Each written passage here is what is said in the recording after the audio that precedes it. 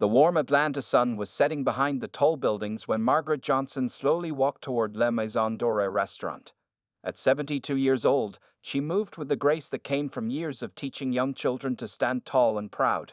Her gray hair was neatly styled, and she wore her favorite dark blue dress with pearl earrings, the same ones her late husband had given her on their 30th wedding anniversary. The fancy restaurant stood out with its golden lights and large glass windows. Through them, Margaret could see people in expensive clothes enjoying their meals. Some were laughing, others were taking pictures of their food, and a few were talking on their phones. The smell of fresh bread and grilled meat made her stomach growl softly. Before entering, Margaret checked her reflection in the window. She straightened her dress and touched her pearl necklace for good luck. This was supposed to be a special evening. Her son had told her to visit this restaurant, saying she would love the food here. What Margaret didn't know was that her son had bigger plans in mind. As she pushed open the heavy glass door, cool air hit her face. The inside of Le Maison Dorée was even more beautiful than the outside. Crystal chandeliers hung from the high ceiling, soft jazz music played in the background, and the walls were covered with paintings of French countryside scenes. Margaret had never seen such a fancy place in person before. At the entrance, a young hostess stood behind a wooden desk, typing on a computer. She didn't look up when Margaret walked in, even though the bell above the door had announced her arrival. Margaret waited patiently, watching as the hostess continued to text on her phone under the desk, thinking no one could see her. After 5 long minutes of standing there, Margaret cleared her throat softly. The hostess finally looked up, her eyes quickly scanning Margaret from head to toe. The fake smile that appeared on her face didn't reach her eyes. "Do you need something?" she asked, her tone suggesting that Margaret had walked into the wrong place. "Yes, dear," Margaret replied kindly, used to such treatment after 7 decades of life. "I'd like a table for one, please." Her voice was warm and gentle, just like when she used to speak to her nervous first-grade students on their first day of school. The hostess glanced at her computer screen, then around the restaurant. There were at least 6 empty tables that Margaret could see, their white tablecloths pristine and waiting for guests. "I'm sorry," the hostess said, not sounding sorry at all, but we're fully booked for the evening. Margaret's hands clasped tighter around her small purse, but her voice remained steady. "I see several empty tables right there," she pointed out calmly. "And I don't mind sitting at the bar area." She gestured toward the half-empty bar section, where 3 white couples had just been seated without reservations. The hostess's face turned slightly red, but she held her ground. "Those are reserved for our regular customers," she said firmly. "Perhaps you'd be more comfortable at the diner down the street." Just then, a tall white man in an expensive suit appeared beside the hostess. His name tag identified him as James Peterson, the head waiter. He had been watching the interaction from across the room and had decided to intervene, though not in the way one might hope. "Is there a problem here?" he asked, his eyes fixed on Margaret with barely hidden disapproval. Margaret stood straight, all 5 feet 4 inches of her, and met his gaze. In her 40 years of teaching, she had faced down angry parents, difficult administrators, and countless challenging situations. This was nothing new to her. But what made this evening different was something neither the hostess nor Mr. Peterson knew, something that would change the course of not just this evening, but their entire lives. What they didn't know was that high above them, in an office overlooking the main dining room, someone was watching everything on the security cameras. Someone who knew exactly who Margaret Johnson was, and someone who was about to teach them all an unforgettable lesson about judging others. The first part of this story was just beginning to unfold, and the Maison Dorée would never be the same after this night. James Peterson, the head waiter, stood next to Margaret with his hands clasped behind his back. His perfectly pressed black suit and shiny shoes showed that he took pride in his appearance, but the cold look in his eyes told a different story about what was in his heart. "Ma'am," he said, speaking slowly as if talking to a child, "as my colleague mentioned, we are fully booked this evening." He gestured toward the door with his hand. "Perhaps I can suggest some other restaurants in the area that might be more suitable for you." Margaret had lived through the civil rights movement. She had seen water fountains marked whites only. She had walked past restaurants where people like her weren't allowed to eat. Now, in 2024, she was facing the same treatment, just wrapped in fancier words. "Young man," Margaret said calmly, reaching into her purse, I have a right to eat here just like anyone else. She pulled out her credit card, a black platinum card that made both Peterson's and the hostess's eyes widen slightly. Money is the same color no matter who spends it, isn't it? Peterson's face turned red. He hadn't expected this elderly black woman to challenge him, and he certainly hadn't expected her to have such an expensive credit card. But instead of backing down, his attitude only got worse. Listen, he said in a low voice, leaning closer to Margaret, we have certain standards here at La Maison Dorée. Our regular customers expect a particular atmosphere. He straightened up and adjusted his tie. We reserve the right to refuse service to anyone. Just then, a group of 4 white people walked in through the front door. Without even checking the computer, the hostess grabbed menus and started leading them to a table. One of the empty ones she had claimed was reserved. Margaret watched this happen with a sad smile on her face. She had seen this trick too many times before, but there was something different about tonight. Maybe it was because she was tired of this treatment. Maybe it was because her son had specifically told her to come to this restaurant. Or maybe it was just time for things to change. Mr. Peterson, she said, reading his name tag again, I'd like to speak to your manager. Her voice was firm but polite, just like when she used to handle troublesome students in her classroom. Peterson let out a short laugh. I am the head waiter here, madam.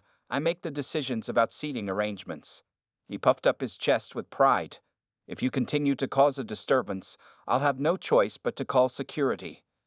Several diners had stopped eating to watch what was happening. Some looked uncomfortable, others pretended not to notice, and a few were quietly recording the scene on their phones. Margaret stood her ground.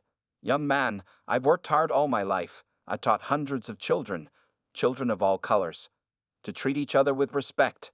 I've seen this country change, but clearly not enough. She took a deep breath. One more time, I'd like to speak to your manager.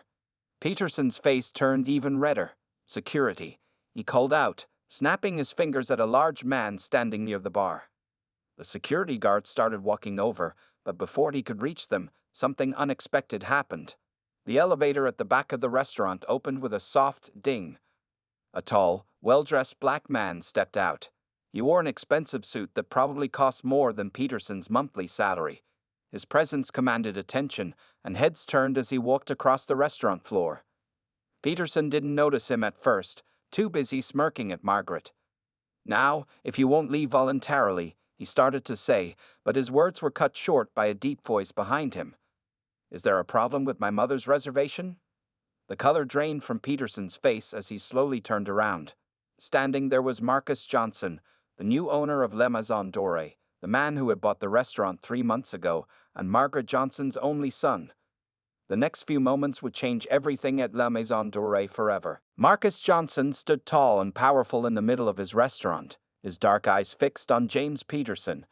Just 15 minutes earlier, he had been sitting in his office, watching everything on the security cameras.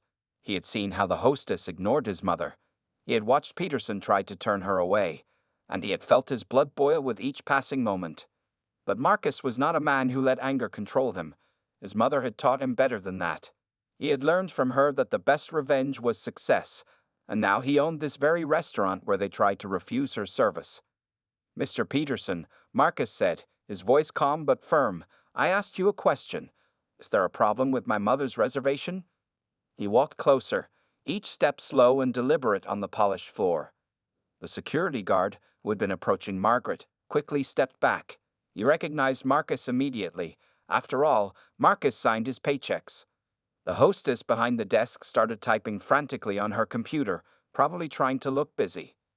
Peterson's mouth opened and closed like a fish out of water. Your mother? He stammered, looking back and forth between Margaret and Marcus. The proud head waiter who had been so confident minutes ago now seemed to shrink in his expensive suit. Yes, my mother, Marcus replied, walking over to Margaret and placing a gentle kiss on her cheek.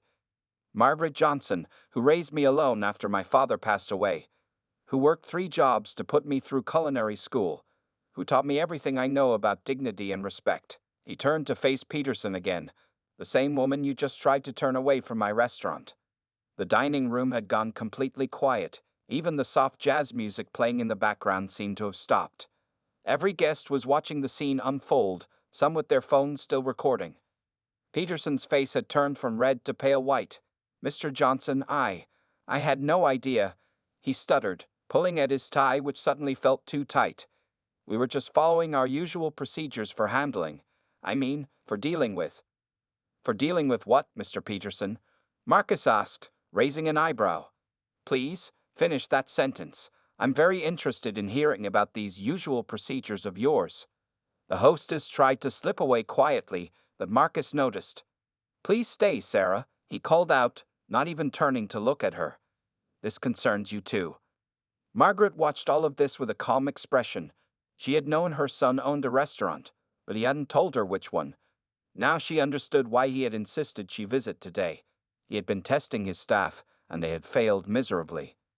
"Now," Marcus continued, his voice echoing in the silent restaurant, "let me tell you what's going to happen next." He gestured to an empty table, one of the many that had supposedly been reserved. "First, my mother is going to enjoy the finest meal this kitchen can prepare.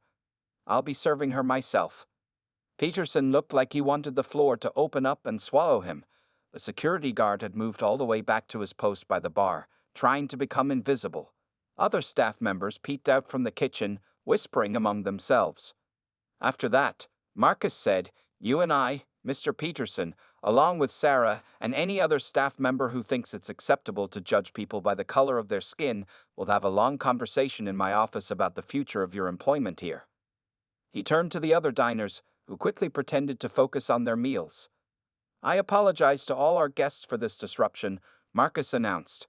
"Your meals tonight will be complimentary. Not because of this scene, but because I want you to remember what happened here. I want you to remember that change can come from unexpected places, and justice sometimes arrives in surprising ways." Then Marcus pulled out a chair for his mother. Margaret sat down with the grace of a queen, smoothing her dress as she did so. The same table that had been reserved moments ago was now hers, and the same staff that had tried to turn her away would now watch as the owner of La Maison Dorée served his mother dinner. But this evening was far from over. The real lessons were just about to begin. As Marcus walked to the kitchen to personally prepare his mother's meal, memories of his childhood flooded his mind. He remembered their small two-bedroom apartment above Mrs. Wilson's convenience store, where the smell of his mother's cooking would fight with the scent of street food from below. 25 years ago, Margaret Johnson's day would start at 4:30 a.m. She would quietly get ready in their tiny bathroom, trying not to wake young Marcus. By 5 a.m., she would be at her first job, cleaning offices in the city's tallest buildings.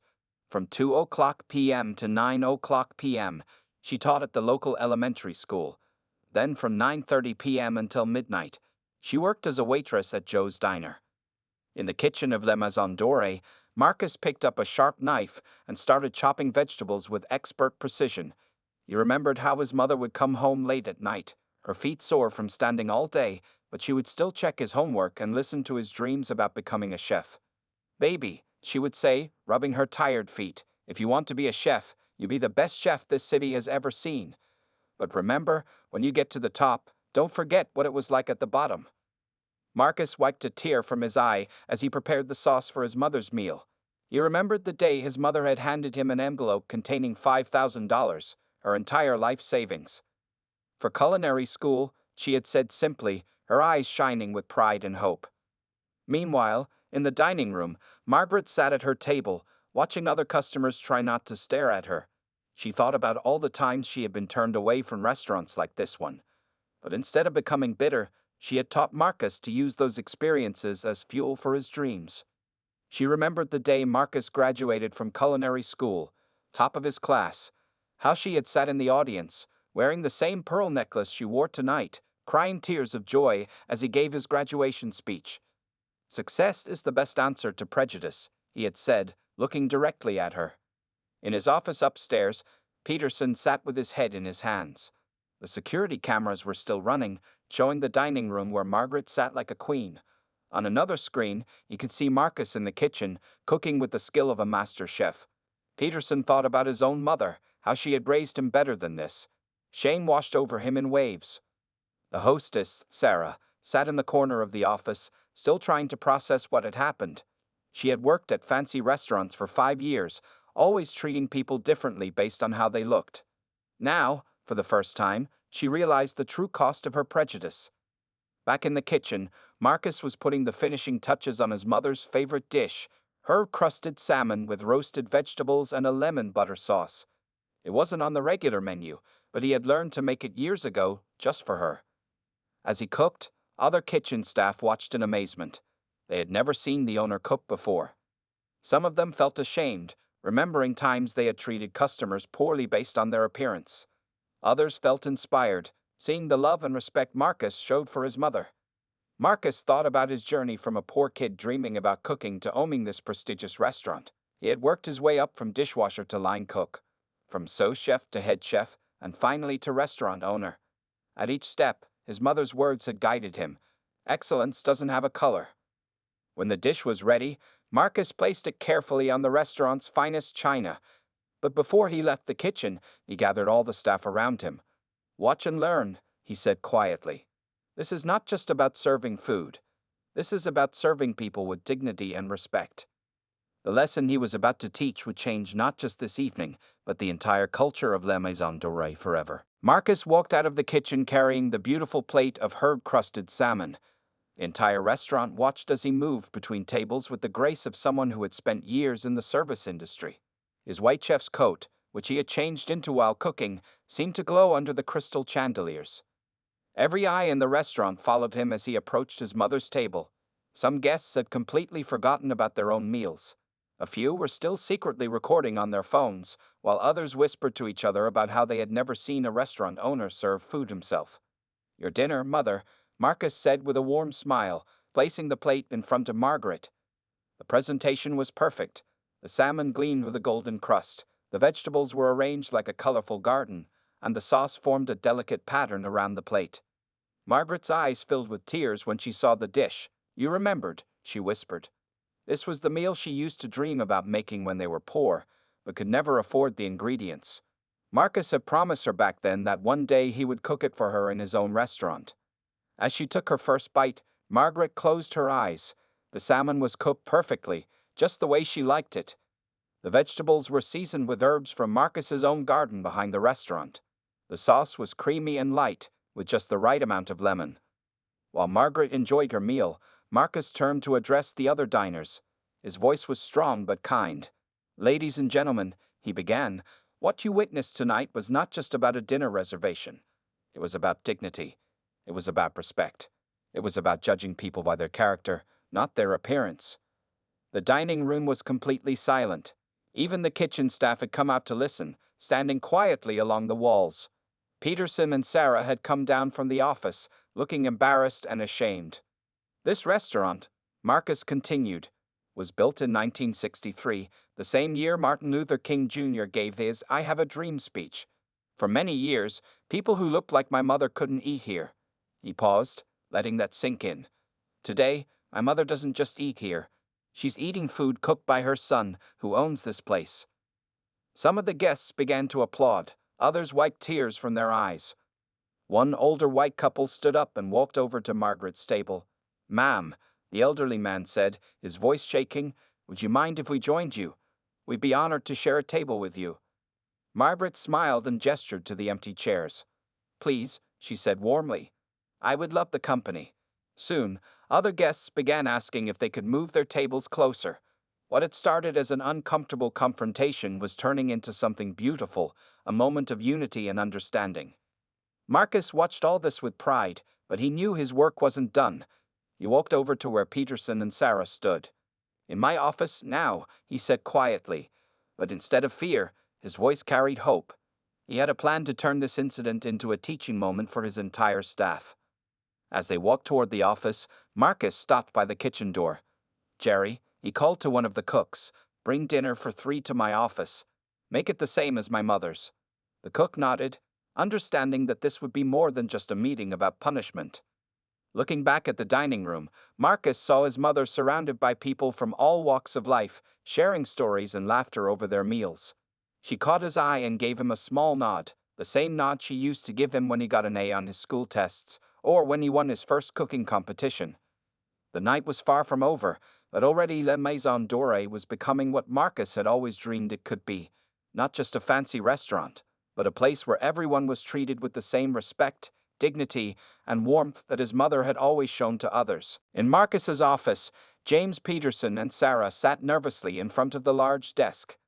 The room was warm and smelled of the same delicious salmon that Jerry, the cook, had just brought up. 3 plates sat steaming on the desk, but nobody had touched their food yet. Marcus didn't sit behind his desk like a boss about to fire someone. Instead, he pulled his chair around and sat facing them, like a teacher ready to share an important lesson. The security cameras behind him showed the dining room below, where Margaret was still entertaining her new friends. "Before we talk about your jobs," Marcus began, "I want you to eat." He gestured to the plates. "The same meal my mother is having downstairs, the same meal you thought she didn't deserve to eat an hour ago." Peterson looked down at his plate, his hands shaking slightly as he picked up his fork. Sarah wiped tears from her eyes before taking her first bite. The food was amazing, but shame made it hard to swallow. "Mr. Johnson," Peterson spoke up, his voice quiet, "I know you're going to fire us. We deserve it. But before you do, I want to apologize." He took a deep breath. "What we did, it was wrong. Terribly wrong." Marcus watched them carefully. "Tell me, Mr. Peterson, why you think you did it. Be honest. This is not a trick question." Peterson put down his fork and thought for a moment. I guess I've worked in fancy restaurants for so long, I started believing certain people didn't belong here." His voice was filled with shame. "We judge people by their clothes, their age, their skin color. We do it every day without even thinking about it." Sarah nodded, crying softly. "I was taught to maintain the restaurant's image," she admitted. "But that's no excuse. We treated your mother like she was nothing, and she turned out to be one of the most graceful people I've ever seen."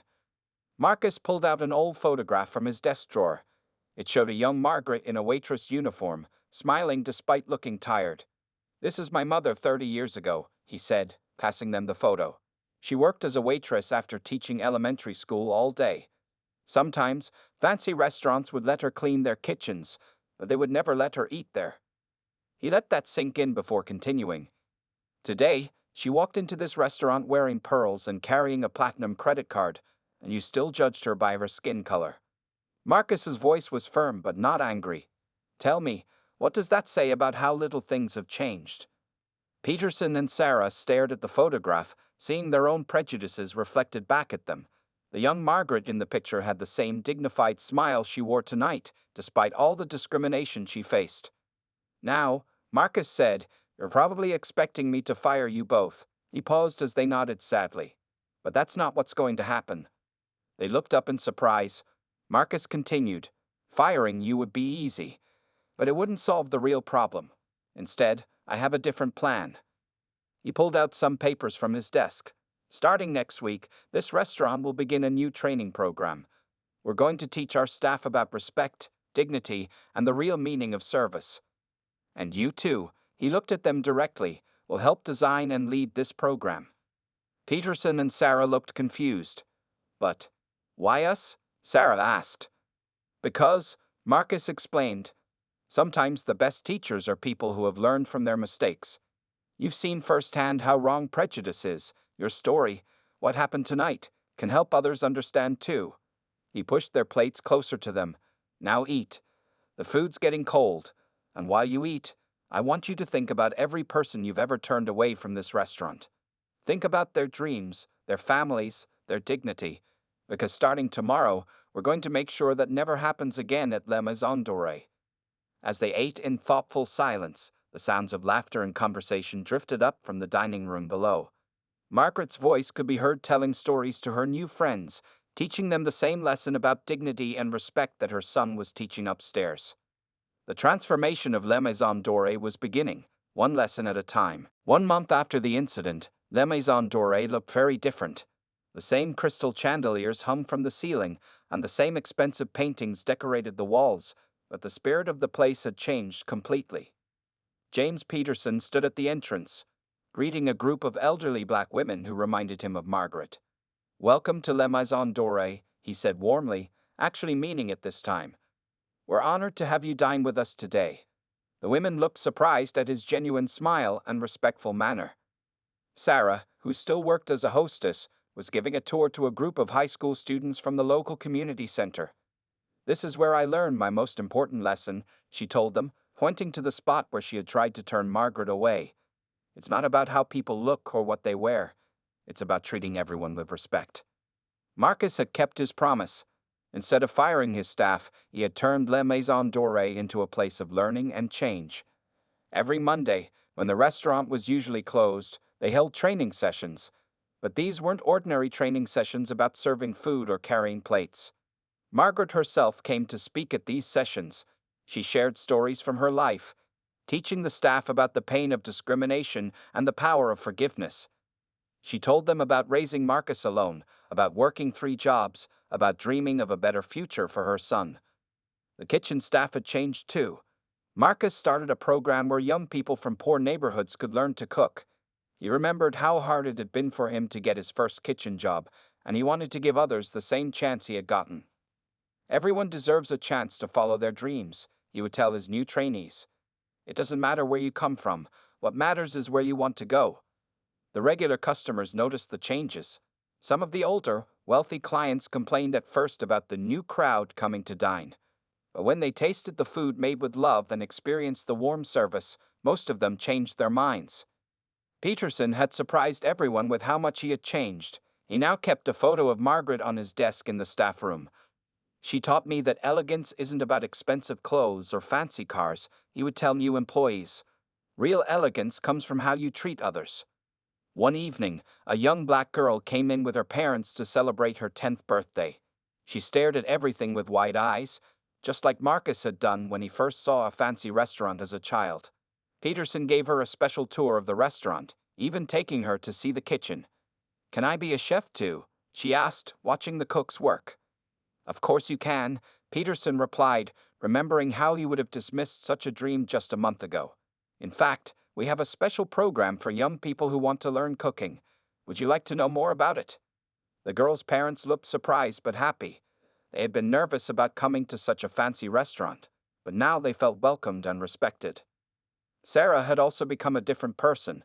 She started a welcome program where people who had never been to a fine dining restaurant could come and learn about the experience in a friendly way.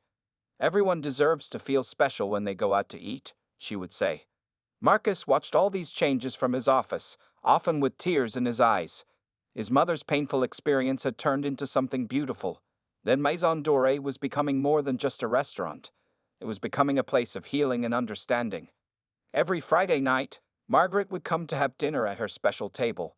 But now, she didn't come alone. She invited people who, like her, had faced discrimination.